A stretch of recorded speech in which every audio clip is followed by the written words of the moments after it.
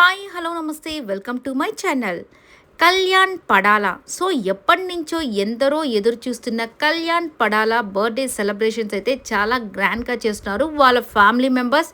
అలాగే ఇక ఆడియన్స్ కానివ్వండి, ఇక ఫ్యాన్స్ కానివ్వండి, ప్రతి ఒక్కరు కూడా నిజంగా ఒక సామాన్యుడు ఇంత విజయాన్ని సాధించాడా, నిజంగా ఎంత పట్టుదల ఉంటే, ఎంతమంది బ్లెస్సింగ్స్ తన మీద ఉంటే కానీ ఇలాగా సాధ్యం కాదు అనే విధంగా ఒక ట్రెండ్ని సెట్ చేశాడు.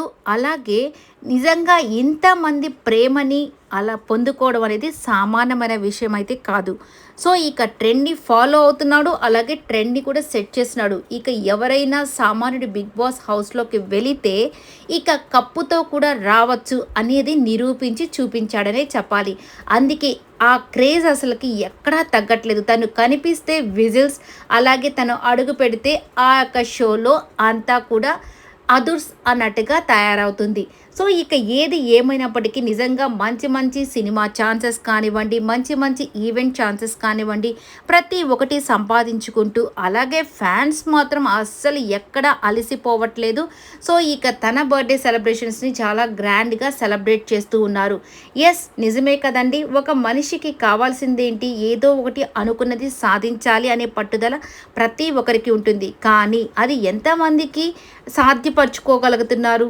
సో కానీ కళ్యాణ్ పడాలా అలా కాకుండా సామాన్యుడిగా హౌస్ లోపలికి వెళ్ళి ఇక సెలబ్రిటీగా బయటకైతే వచ్చాడు. బయటకు వచ్చిన తర్వాత కూడా తనదైన స్టైల్లో మంచి మంచి ఆ ప్రాజెక్ట్స్ చేసుకుంటూ, సో ఆ పేరుని అలా నిలబెట్టుకుంటూ వచ్చేస్తున్నాడు. సో ఇక ఇటువంటి అతనికి సక్సెస్ అనేది ఎప్పుడు కూడా పక్కనే ఉంటుందని నేనైతే అనుకుంటున్నాను. ఎందుకంటే కష్టపడే వాళ్ళకి సక్సెస్ ఎప్పుడు తోడుగానే ఉంటుంది. బట్ ఇంకా తను అనుకున్న గోల్కి తను త్వరగా రీచ్ అవ్వాలని మనస్ఫూర్తిగా కోరుకుంటున్నాను.